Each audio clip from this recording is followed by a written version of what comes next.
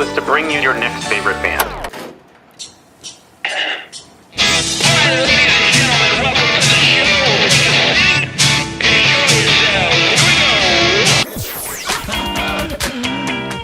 Sweet, that intro is my new favorite band. That's phenomenal. I'm so excited to be on. Yeah. I heard a rumor that you might be able to play that song live today. You heard correctly. Yes. Excellent. So, Good enough for rock. I don't know when I rock out here on your next favorite band show. and listen, it's going to be everybody's favorite band. Like, Phil, you weren't supposed to make me get all... God almighty, but this Phil. is why we do it. Like, seriously. I gotta gather myself. All right, go ahead. Okay. Welcome to your next favorite band. That's both the show title and our promise to you. We here at Stereophilia Studio are tireless in our pursuit of finding incredible, genre-defiant artists who are either a hot up-and-coming band or a group that has been delivering for years but have flown under the radar. Day 4 of our Musikfest daily live streams, broadcasting from Godfrey Daniels, we have Blair Crimmins and the Hookers. Each month, we will bring you live streams, audio podcasts, and perhaps even a live concert where you can listen to the stories and hear the music of artists personally curated by us based on what we feel will be worthy of your time.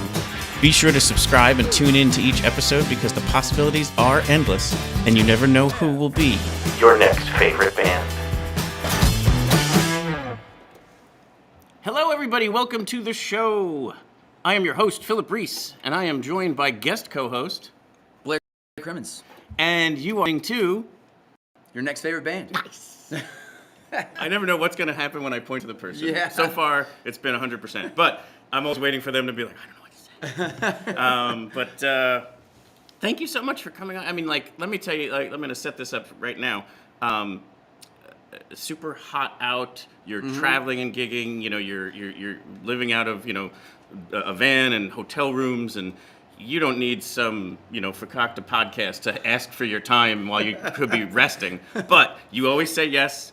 You're always very kind and generous with your time and your talent. But not only that, today, you and the entire band are going to come on, and then you have all of your instruments in the room. Instruments, yeah, we're gonna play it too. And we're going to play a song live. And I was blown away by your generosity with all of that, because these are not small instruments. Even this one weighs how much? God, I don't know. It is heavy. It is. That would take somebody out. It's probably 30-some pounds. Yeah, that's what I mean. It's like, that might not look heavy, but the tenor banjo is a implement. No, it's great to be here, and we get to strum a little bit and warm up and for the show tonight. Awesome. Yeah, I mean, that's the thing is we do definitely have. So here's the other piece of good news. No rain in the forecast today. That's great. It'll be a little hot, but it's August. But there's no rain in the forecast. We had some Saturday.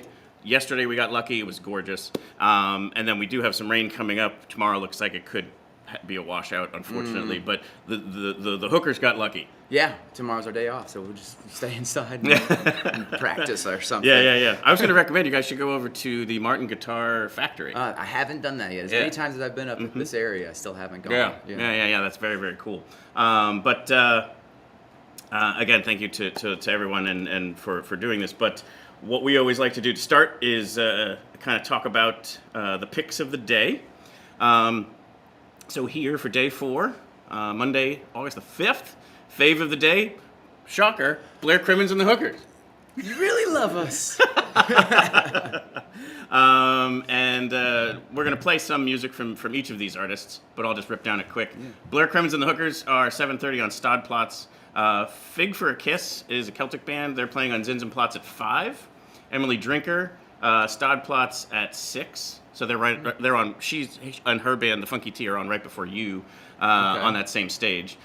Secret Menu, Main Street stage at 8:30, and then the George Harab Band in later plots at 9 p.m.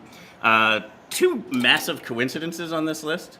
2 years ago, when we did this, having you and all the Hookers on, Emily Drinker was on that day too. I thought that name sounded familiar. The funny part about that is you witnessed some of her music back then, and I only realized it as I was typing. I'm like, wait, I think this happened before. Yeah. The other cool coincidence is, on this stage in December, we always do our Winter Wonder Jam. It's like our kind of, I don't want to call it a holiday show per se. It tends to end up being a lot of holiday music. But it can be winter themed, it can be year-end themed, it can be Thanksgiving themed. But if you saw on there, Fig for a Kiss and Emily Drinker. Emily was the very first band we ever booked for that 2 years ago. Last year we booked Fig for a Kiss. And so I guess I have to pull from that list for this year's one. So it gave me an opportunity to kind of promote this year. The Winter Wonder Jam will be on Friday, December the 6th. We decided not to live stream it. We're going to have our live stream leading into it. And now that's just going to be a ticketed event. So if you want to see it, you got to buy a ticket to it and come in and enjoy Godfrey Daniels. And lineup not yet finalized. Got a couple ideas, a couple of questions out, seeing people's schedules and stuff. But yeah, so that's the lineup. Before we go into the music, actually I'll save it. It's something cool that I want you to speak to. It's really fun. But let's stick with the music and let's get to some Blair Crimmins, right?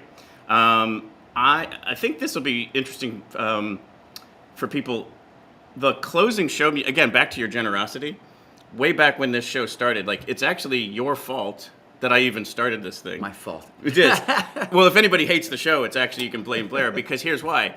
With 0 to my, resume, didn't even have my own show, somewhat impacted by beer drinking. I was introducing you because as a member of Arts Quest, you can do that. And actually, I'm doing it tonight as well. And because you were my favorite on the lineup that year, I was like, I'm going to introduce Blair Crimmins because I'd love to be able to meet him and so on. And then I asked you backstage, I was like, would you ever do an interview? And you were like, yeah.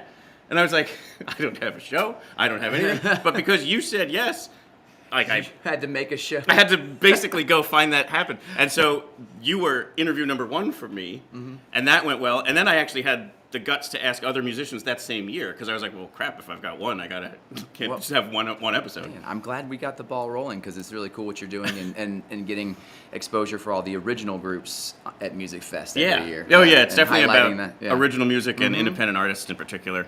But yeah, no, I mean, it's actually, that's part of it is happy to help. You're saying yes to that, and then we had I thought was a pretty solid interview, so I was like, let's do this again and again, and here we are. But yeah, that's there. And then the other piece of that was after, maybe like 15, 20 episodes, I was like, I kind of want to make some opening show credits and closing show credits and stuff and take it that like next level of seriousness. And I was like, I'd love to use It's All Over Now as my closing show music. And then I kind of brought it to you already edited to make it sound like an instrumental. And you were like, yeah, that's cool. So again, you let me use your music for the closing show music, and it's just this subtle joke for myself that no one else even probably knows, is it's called It's All Over Now. Yeah.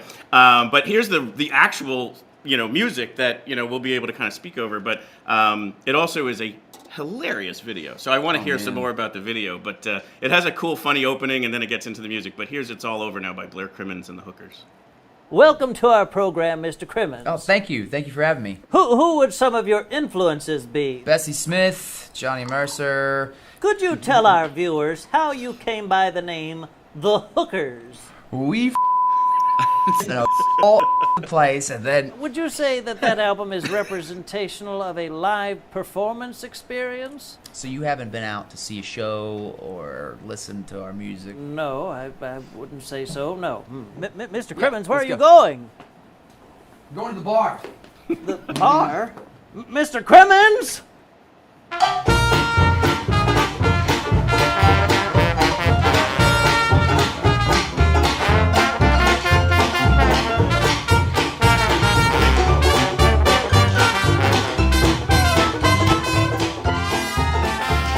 For those of you that may be listening to this music for the first time ever, the category would be this kind of like Dixieland hot jazz, turn of the century New Orleans style stuff. Yeah. Is that where you would put it? Yeah, hot jazz, early swing. Sometimes we throw the word ragtime in there. Right. Just a conglomeration of all the influences that we have from the 20s, 30s, and even 40s. And while you occasionally play some covers from that time frame, almost all of your set is your own original music, just in this style, which I think is sometimes maybe lost on some people who are like Musikfest festival type atmosphere. They just walk up, hear this awesome music, and they're probably in their minds just thinking you're doing music from that time period. Yeah, and sometimes that works in our favor. We get hired a lot of times to be the 20s band, and Right. they don't know that we're playing original And why stuff. care? Right. If it's good music. They just want the vibe, and that's Yeah. cool. And then about Chicken this, fight. the song you wrote is somewhat in jest around, going from a single person to being married. Yeah, I wrote it shortly after I got engaged, and my wife is a comedian, so I didn't want to. I've written more traditional love songs for her, but I really wanted, I knew she would really appreciate something totally. with more of a sense of humor. And she even helped write a couple of the lines in this song. There's a line about my honeydew list is now, my little black book's now a honeydew list. And then just fighting over covers. That's all we're doing now is fighting over covers. Yeah, that's like the big breakdown part. It's so cool.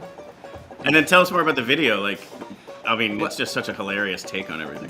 The puppet thing, I had, I've always had a big obsession with the Muppets and the Fraggle Rock and all that stuff. And the music that came out of those shows is oftentimes early swing, kind of like what we play. So I had in the back of my mind to do some kind of puppet video at some point, and then I actually got approached by the local puppeteer who was doing a video series with musicians and puppets.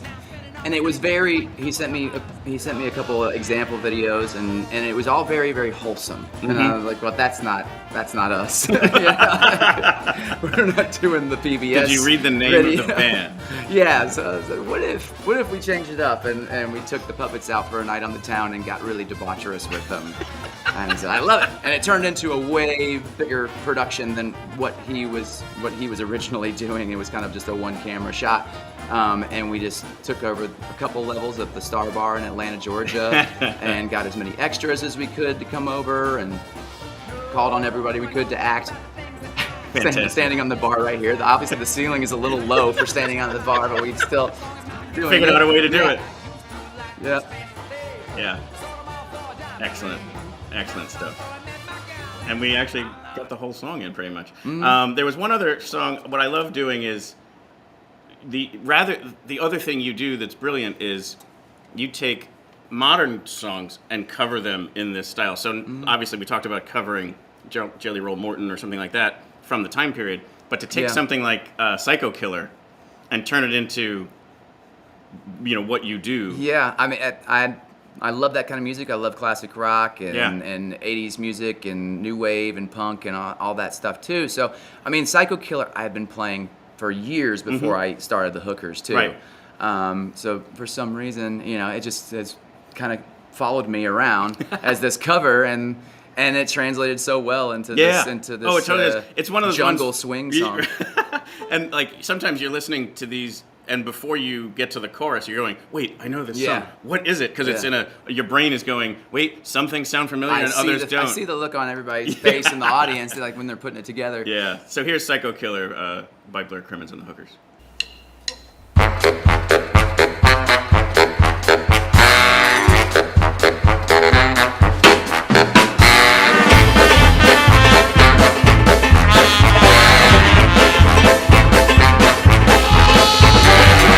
Can't seem to face up to the facts. I'm tense and nervous, can't relax.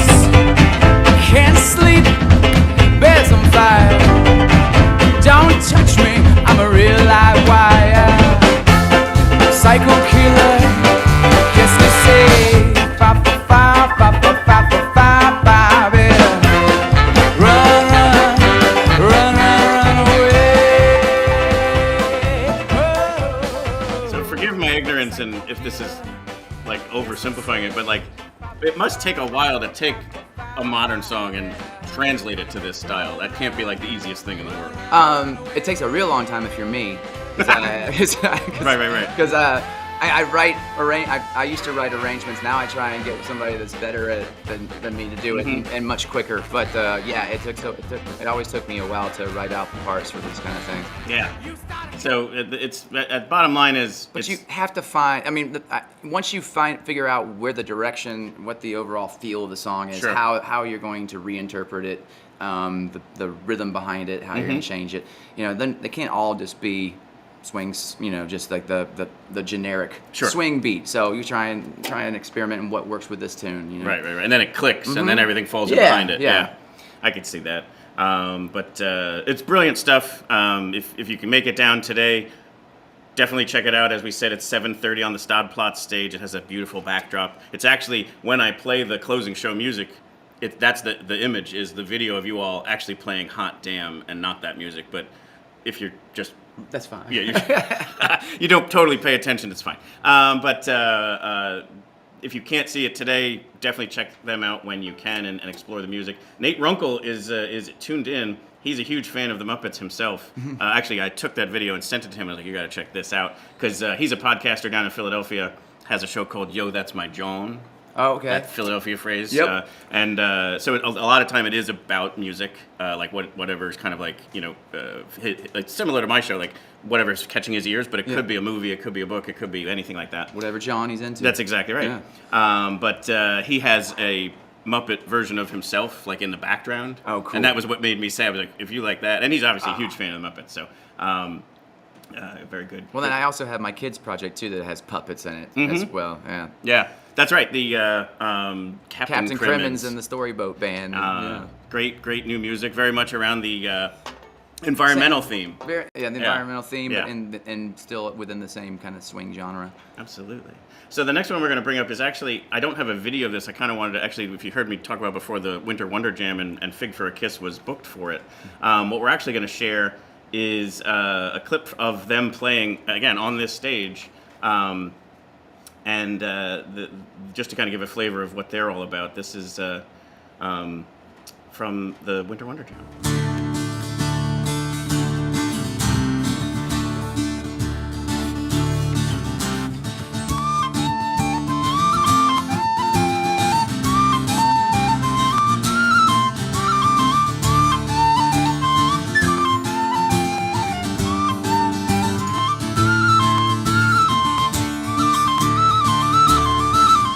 My name's Duncan Campbell for the Shire of Argyll. Travelled this country for many's a mile.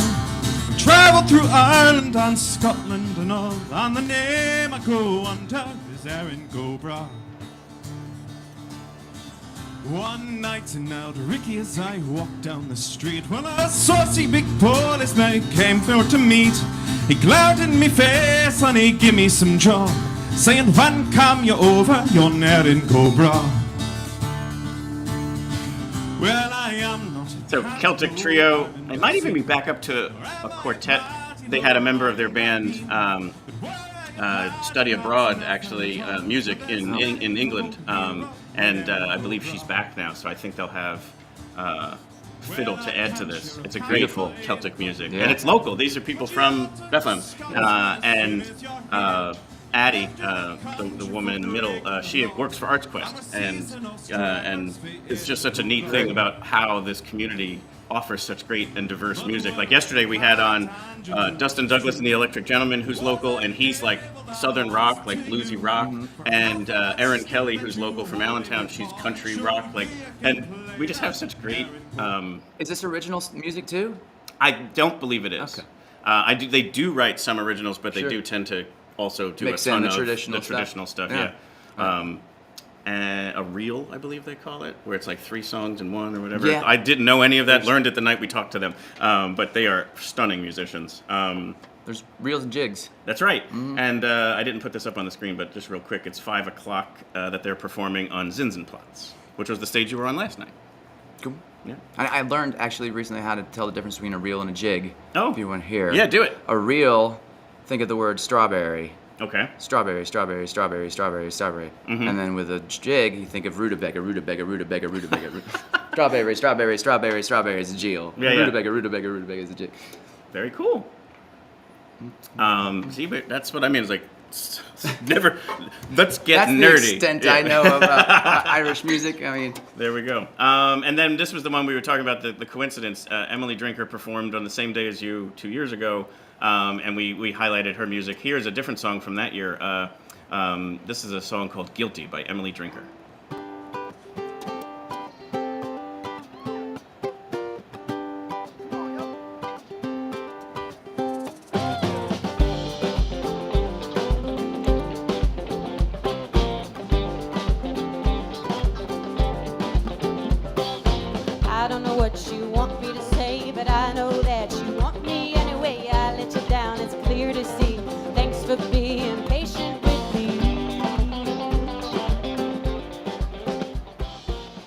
Emily's out of Philly. Yeah. Great music. That's party music. Yeah, totally. Yeah. Yeah, she's a great time. So, and like I said, that's for somebody who maybe doesn't like all the walking around of the festival. You can go to Stadplatz. It's the prettiest stage. You can go watch Emily Drinker from 6 to 7, and then Blair Crimmins from 7:30 to 9. Hard to There's beat. your night. Hard to Your beat set. that. Yeah. Yeah, love her music. It's gonna be a dance party night. Yeah, they're exactly right. So definitely get things warmed up. Cool. The next one we wanted to highlight is Secret Menu. This is music that jumped out at me. I never heard of this band before this year's lineup was announced, and kind of discovered them just through the research on the playlist. And this is their song called Irish Goodbyes.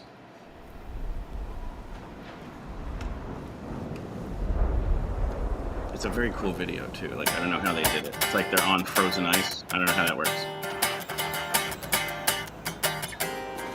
I was not expecting that guitar to sound like that.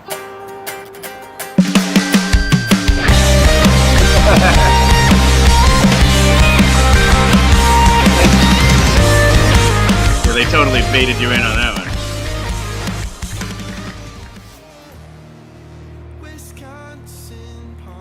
Pop rock, Yeah. good, real solid. Looking forward to hearing this. That is dangerous. I don't know. There has to be something that they've done. But I love the sound. Yeah, that's I think the solid. Yeah, Tight. yeah. I think the keyboardist might be concerned with carpal tunnel because he has it like pitch. Oh. Hey, that's not a bad idea. Yeah. I just thought that was really neat. Maybe I also just thought so he maybe can play while he's standing and still has the bass. Right. Yeah.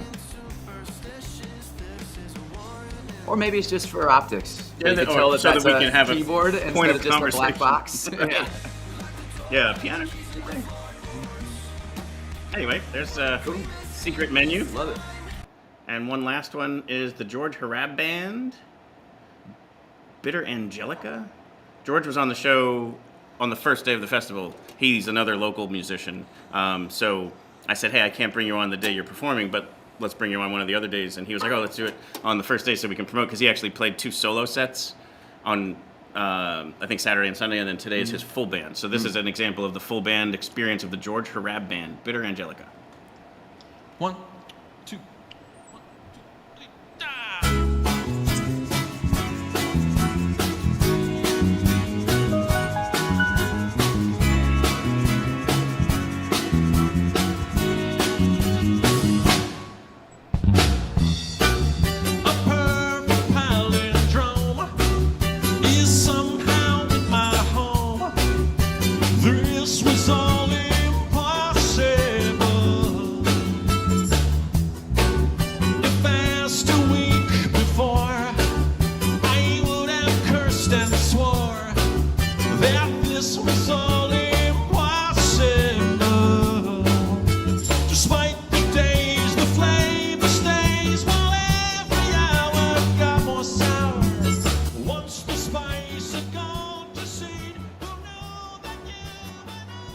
George Harab. Wow, Yes. that's a tight band. It's hard picturing him without that tight backup band behind him. But, Yeah. it's very unique too. Yes, yeah, and he's he's part of like science podcasts, so he's like a super bright dude too. So like all of his lyrics are super interesting. Yeah, his music's typically pretty more complex than what you're used to. Yeah, he opened up with a sentence about a purple parabola yeah. or something. Yeah. So yeah, He sung a song acoustic here on during his interview that was all about like the misconceptions of things that like most people believe. Things like like Marie Antoinette said, "Let them eat cake." Apparently, that wasn't historically true. That if you shave hair, it grows back darker and thicker. That you only use 10% of your brain. And he has this all strung together as like really tight, quick lyrics. Oh my god. Yeah. Oh, awesome. Almost like the song "Run" that you have, like where it's like super fast, and he just keeps rattling off all these things. And he said before he started it, he's like, "Listen, there's a lot of words in this one, but I've fully researched and vetted everything in this true. It's all true. You can let go of all of these misconceptions." And it's called the Misconception Song. So, I'm gonna listen to that. It's very cool. It's very, very cool. George Hrab.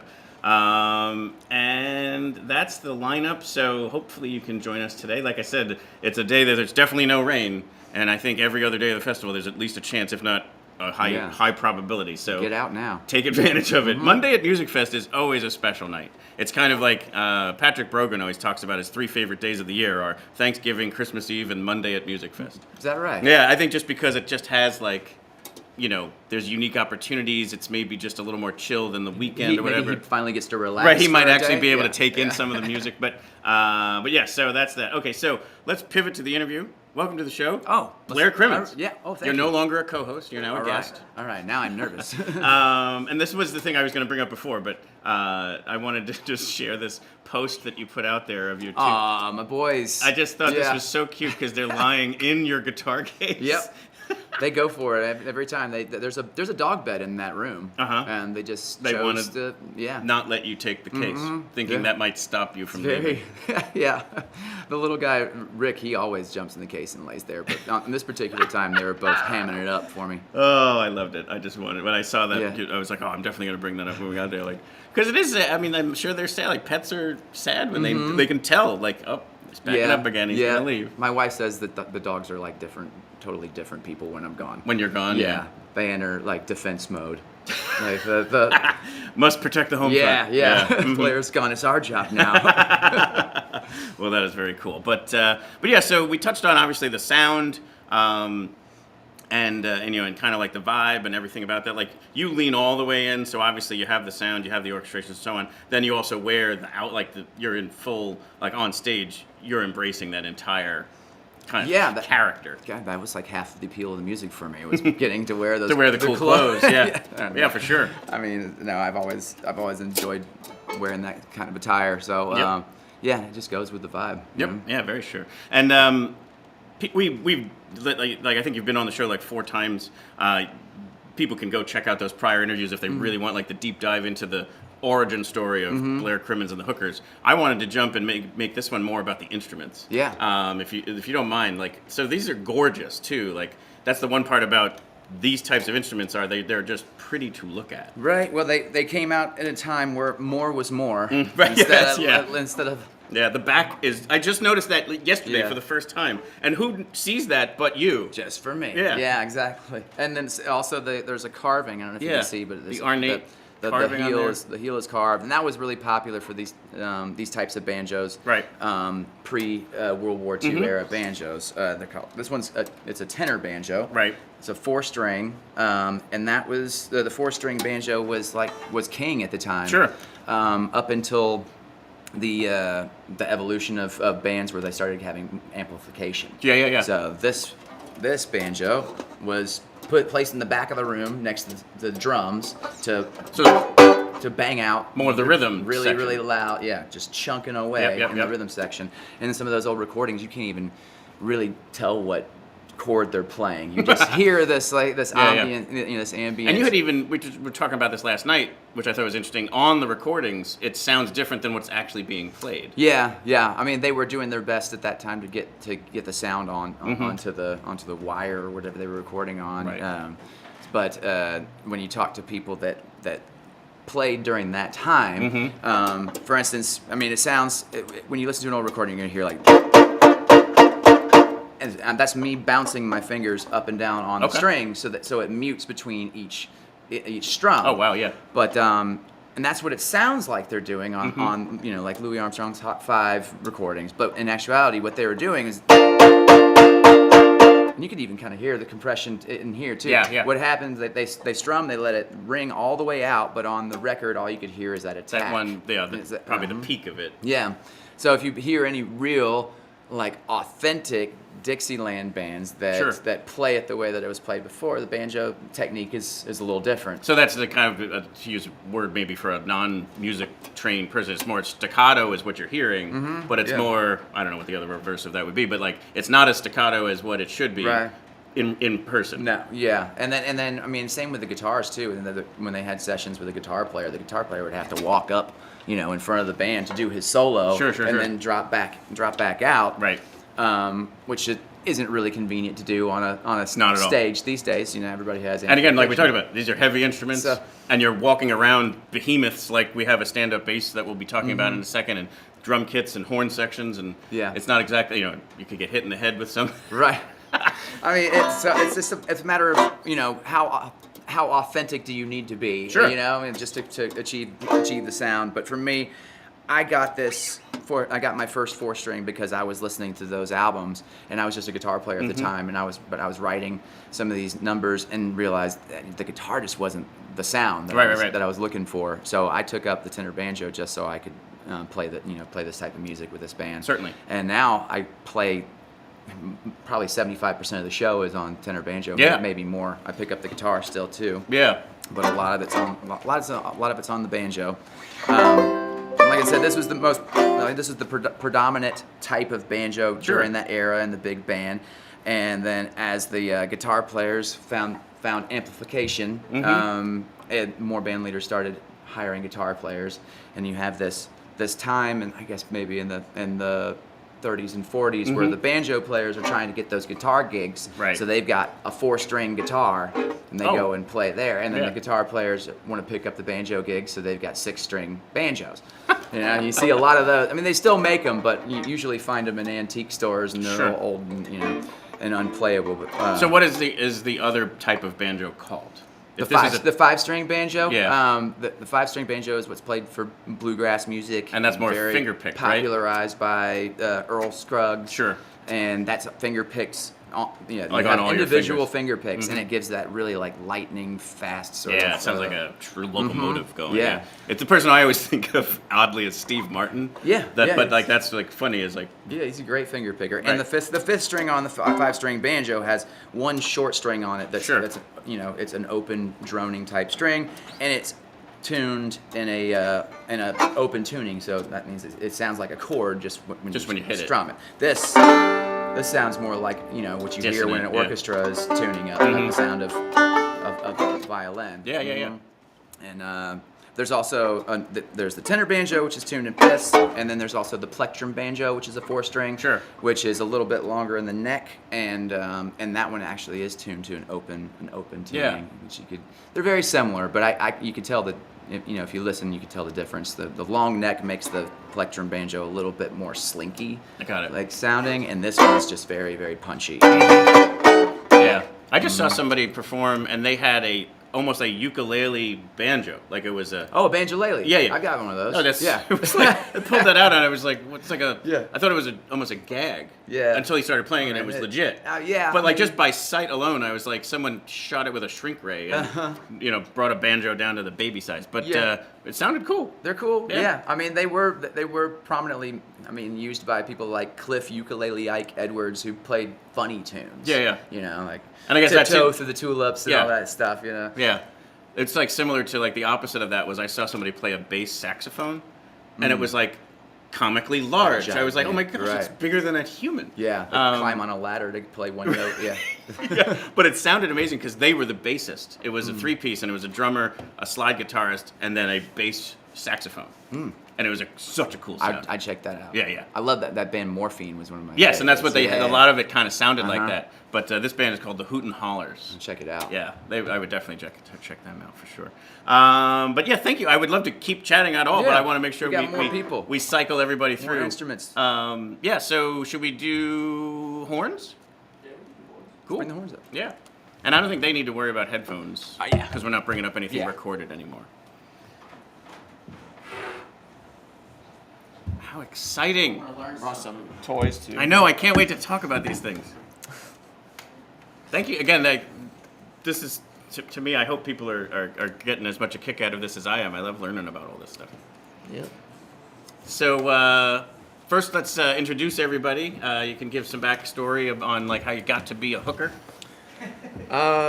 So my name's Ryan. I've been playing with Blair since 2017, and I met the saxophone player just playing around town in Atlanta, and then he hit me up one time and he said, "Hey, would you have any interest in playing in this band, Blair Crimmins and the Hookers?" I was like, the what? The who? Like, how do I tell my like, mom?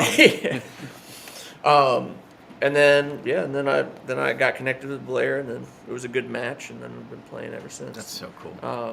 But it's really funny because now, like, my dad thinks it's hilarious. He's like, my son's a hooker. I think the other thing that happens is you start to forget the word has a different connotation. So sometimes I'll talk about the band, and then the other person's like, "You're bringing who on the show?" Yeah. And you can tell they either really want to tune in or they aren't going to. But anyway, yeah. So thank you for joining. Hi, I'm Mike. I'm new. I'm subbing in. Right. But I met most of the members of the band a couple years ago. Sure. Maybe.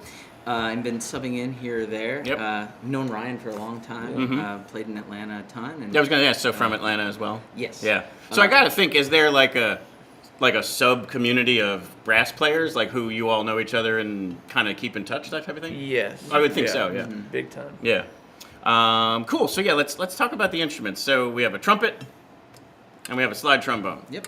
So if you want, why don't you say, like, how did you find your path to this instrument? Like, what did it pick you? Was there a circumstance?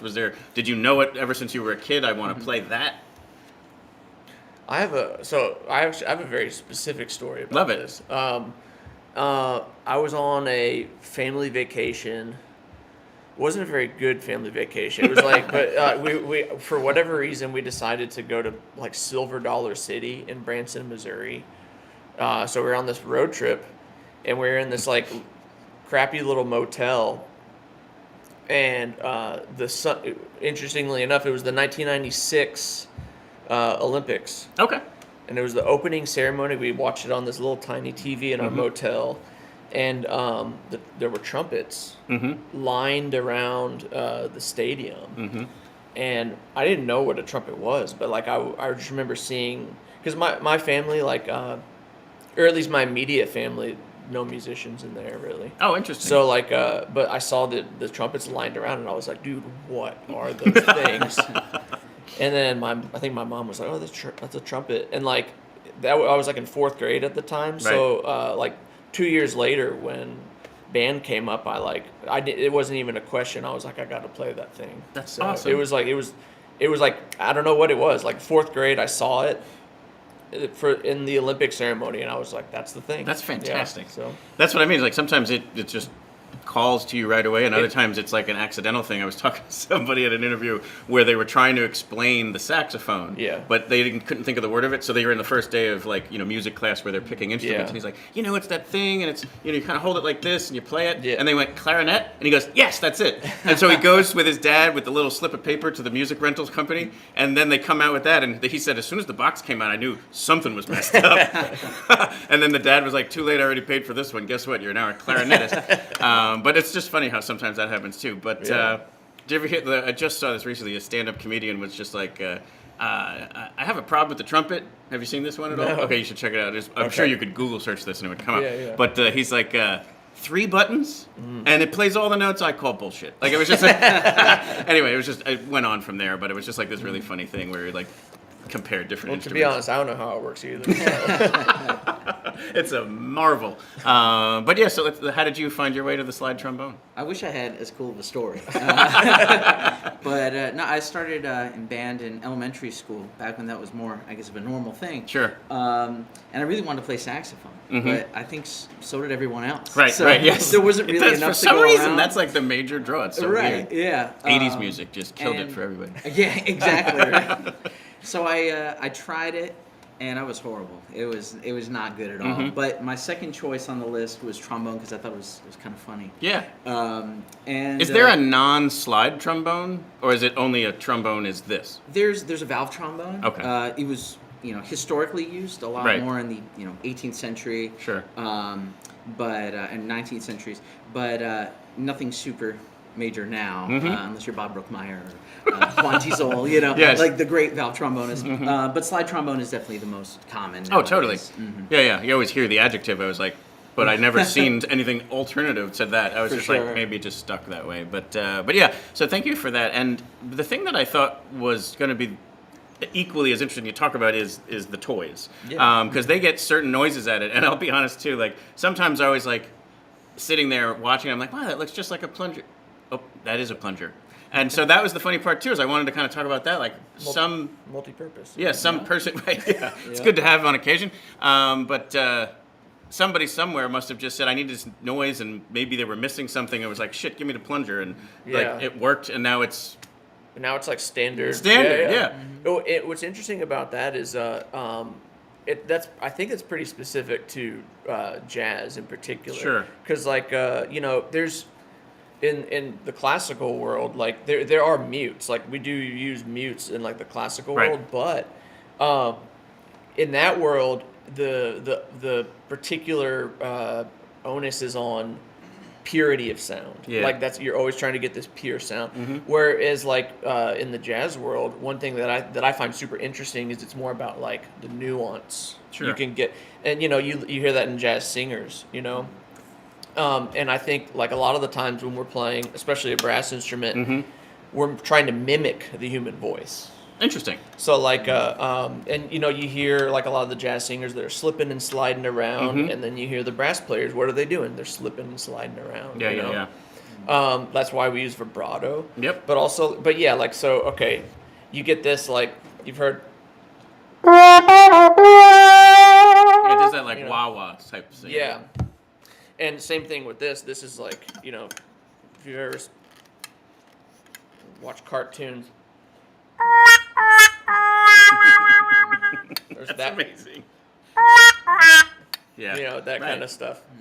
But so what is this called? This is called a Harmon mute or a bubble mute. Okay. So that was where the mute was coming from. And then do you call this a plunger or do you call it a mute? No, it's just a plunger. Okay. I mean, you can mute yourself, but that's just a plunger. Got it. So, I didn't know if it would bro, don't call it a plunger. Come up with another name. Like a rubber mute. But yeah, like these, we use these to add interest to the sound. I also teach, and one thing I tell my students is like if the human ear needs to hear changes in sound a lot, otherwise it gets bored. Sure. So like if you're any sort of change you can introduce it's going to keep the ear interested longer. Totally. So like and that's why I love these kinds of things.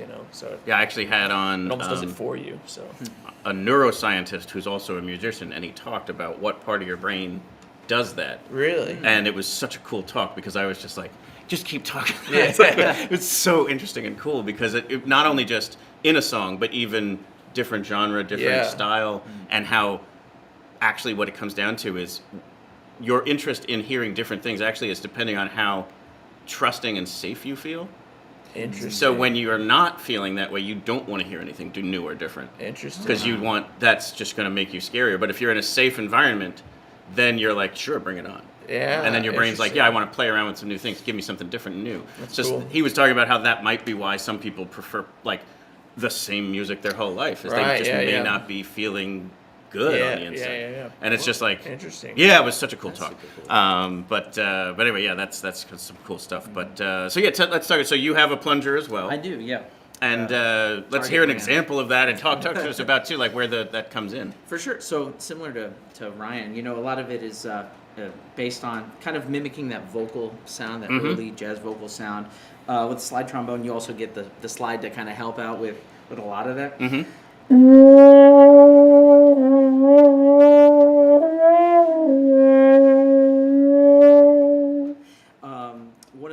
One of my favorite plunger players of the trombone world, right? Al Gray of the Count Basie Orchestra. Sure. He was really a master, and there are way more than just him. him and his son literally wrote the book on plunger techniques, talking about hand positions and ways that you can try to I get was going to different ask about that because, vowels I mean, trumpet already difficult enough. That thing, I was like, how are you going to, like, you need a third arm. Like, you know. Yeah. But I just witnessed it. You did it For just sure, fine. But yeah. initially, I was just wondering how the gymnastics of that was going to work out. Yeah, well, everyone's got, different size hands and things. I find that, right at the heel of my hand is Sure. kind of a good spot where I can get, I think the biggest thing is trying to get a full open, Yep. or full close. Yep. You probably know, too. Like, if you can get it completely out of the way, that's really good, especially. But early on, as a younger player, you probably drop your instrument. A ton. Yeah. Or be this thing, sweaty like you when you're lose. at a stupid festival that's 98 degrees. Blasting sun. Right. Yeah, but no, I mean, so even I'm sure that's part of the training is how to hold it, where to rest it, like, how to, make it so that also you're not just, having your arms kind of go numb or your fingers go numb. For sure. Yeah. And that just probably takes time too. But hours of practice. Yeah, there you go. Yeah, that's right. But yeah, anything else about the actual? I mean, again, gorgeous instruments. So, well, I can say it's more complex than I gave it credit for. Yeah, just looking at it farther away. I actually sought this instrument out. Okay. In particular, this is I think his name is Frank Ellsworth Olds. Okay. He just made Olds instrument. He actually makes he did. He's passed away. He made trumpets and trombones. Okay. This particular instrument is called the Olds Super Recording. Nice. And it was made between the years 1941 and 1948, and then he stopped making them because they were pretty cost prohibitive. Sure. Because like all these intricacies here, like the bell ring, Yeah. this was very expensive and hard to do.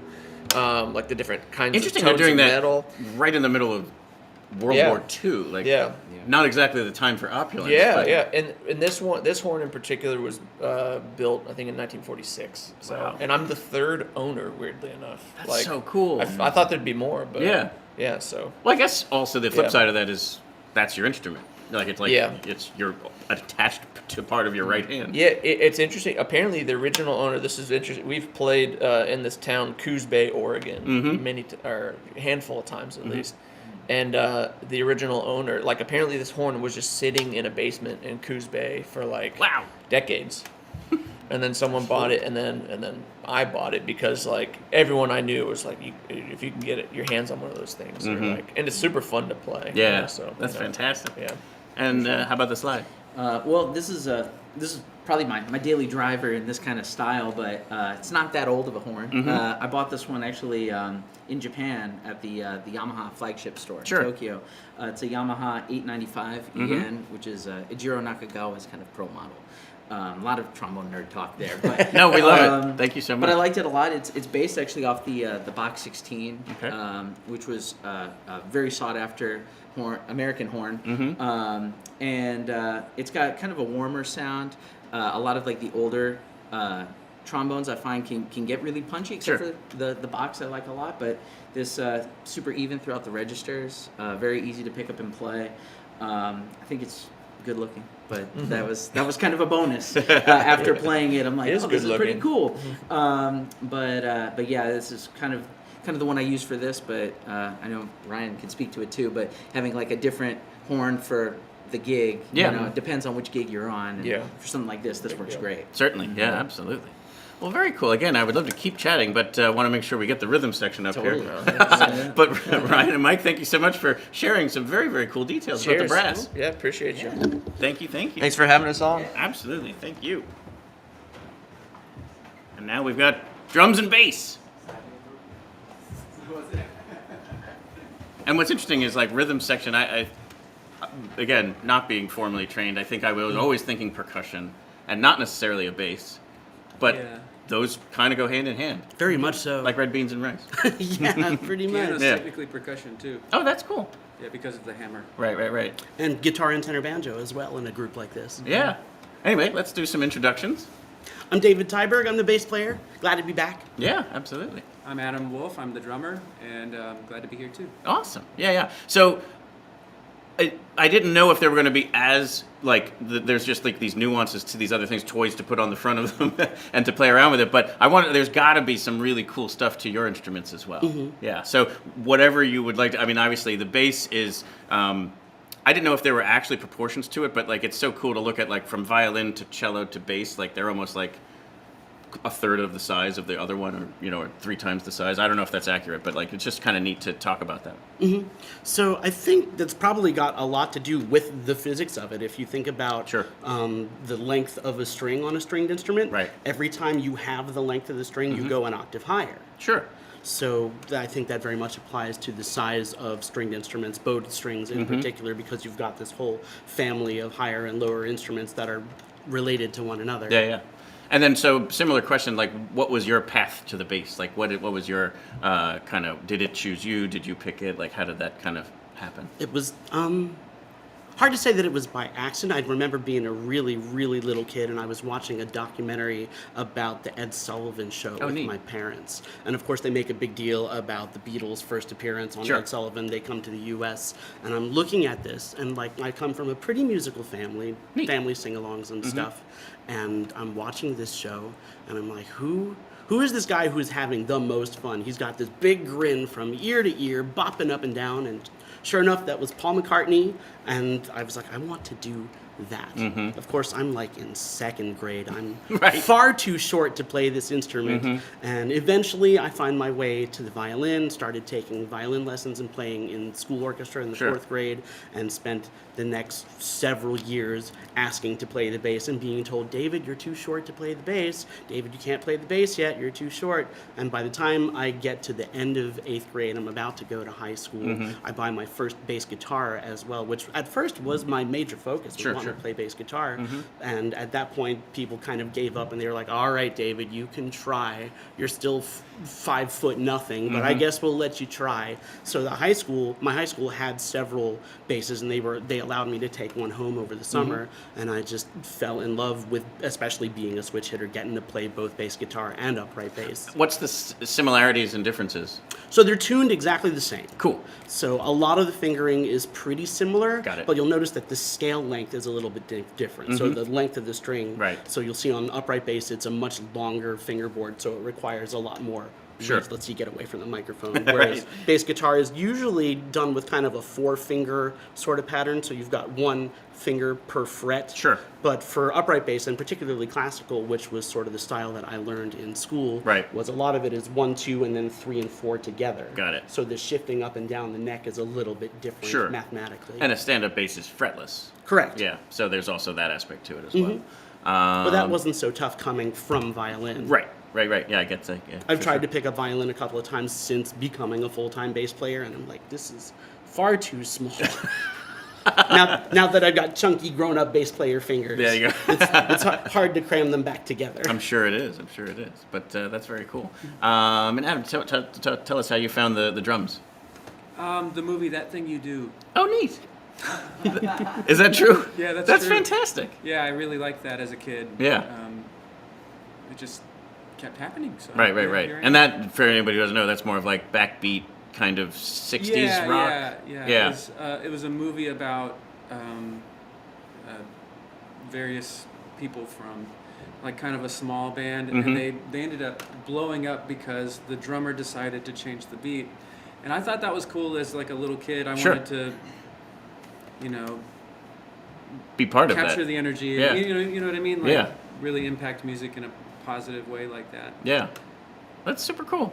And then so interesting. So like you've brought in like it's a snare and some other toys, we'll say. Yeah. And then there's obviously a more full kit and that kind of stuff. Anything you want to share about like either your kit or the way that they are often like the interesting aspects of a drum kit? Yeah, the drum sets changed dramatically over the years. Like if you look back in 1920s, like Warren Baby Dodd's drum set looks a lot different than Vinnie Colaiuta's drum kit, right? It's just apples and oranges at this point. But, a lot of times it was called a trap kit, and you'll find that there's more almost like Foley style instruments involved because they were used in theaters to play along with movies. Along the movie, yeah, that's true, yeah. So you have things like a woodblock. In other like major cases, you have like a xylophone, glockenspiel. Yep. I didn't think of that, but I guess that makes a ton of sense. Where like they were creating some of the noise for a silent movie, Yeah. Whether it was like a horse. footsteps or Yeah. or just simply setting the mood. Slamming a door. Right. You know? Then other drummers were probably like, "Give me that. That makes a cool noise." Yeah. That's awesome. And again, back to the gorgeousness of these instruments. So obviously the stand-up bass, all of those kind of like stringed wood instruments are just very, very pretty to look at. Is there anything to that the S-shaped hole? Like, is that just because that's always the way it's been, or is there something special about it? The F hole? I guess so. Yeah. Yeah.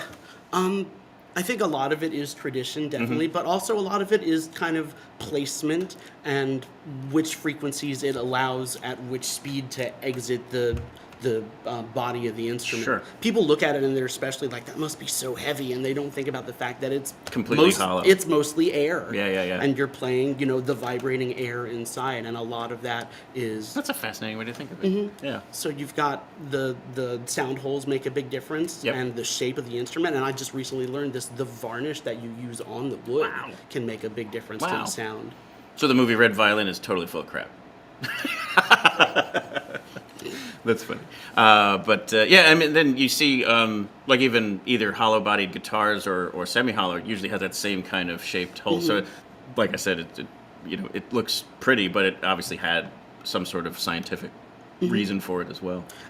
I guess it's gotten slightly less prominent with instruments like that as the way those instruments were amplified switched from microphones over to magnetic pickups. Oh, interesting. So at that point, the metal string is manipulating the magnetic field of the pickup itself. Wow. So there's a little bit less communication between the body and the wood and what you actually hear. But there's still some. It's still pretty significant. Sure. But it's a slight backseat. Absolutely.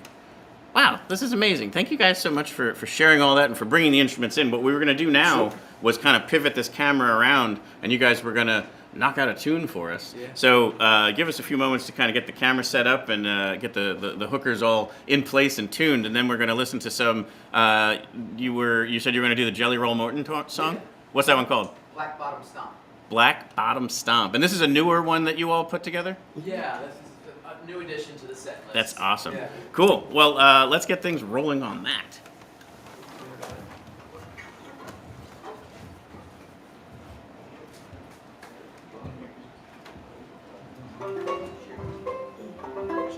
Someone said here? Yeah, let's try that. Whatever's best. I learned so much about you guys.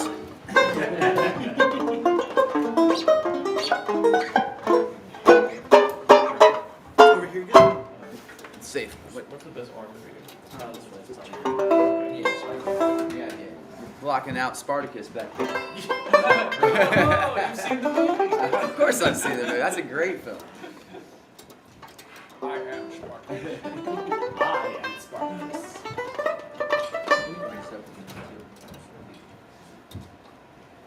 And I'm the same as you, David. Like, I saw the guy in the band that was having the most fun. Yeah, absolutely. On the guitar, and at that time it was like dudes like Eddie Van Halen that were doing jump kicks and things like that. Like that looks like a wow. How did that work out as you learned more about the role of the instrument in the band? Because for me, I definitely, as I learned more about how foundational and supportive and collaborative being a bass player was, that really appealed to me. But yeah, it was all showboating, wasn't it? And then, the rock scene changed so much. I kind of changed my idea of where I wanted to be. And then going from somebody with big hair and lipstick to my hair and my face and just playing distortion pedals and all that stuff. But it didn't stop me from jumping around. No. All right, we're all set. Whenever you guys want to let it rip, is there anything you want to give as an intro to this particular song or anything? Not particularly. I mean, this has always been one of my. This has always been a banger. Every Oh, time totally, I hear, I'm like, it's been something that I've wanted to do for a long time with this band. So, glad we're finally doing it. Yeah. Mm-hmm. Ladies and gentlemen, Blair Crimmins and the Hookers. All right. 1, 2, 1, 2, 3, 5.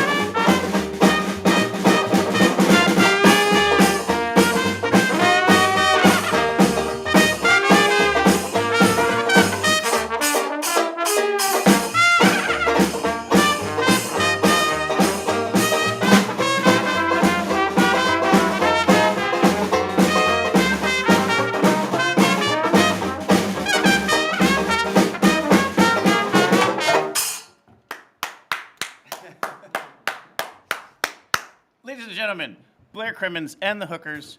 Outstanding performance right there. You can come and see them today, 7:30 Stadplatz, and check them out on the socials and streaming services and anywhere they play near you. You do not want to miss it. Thank you so much. Thanks, man. Thank you. It's all over now. All right. Cue the song. Yeah, let's bring it in. Let's finish with that. No better way to finish it out than the traditional closing music. I wasn't using this week, but how do you not use it when the Hookers are on the show? Plus, you're going to see them perform on Stadplatz in the video. Ladies and gentlemen, see you down at the fest. All right, Phil, let's say goodbye to everybody.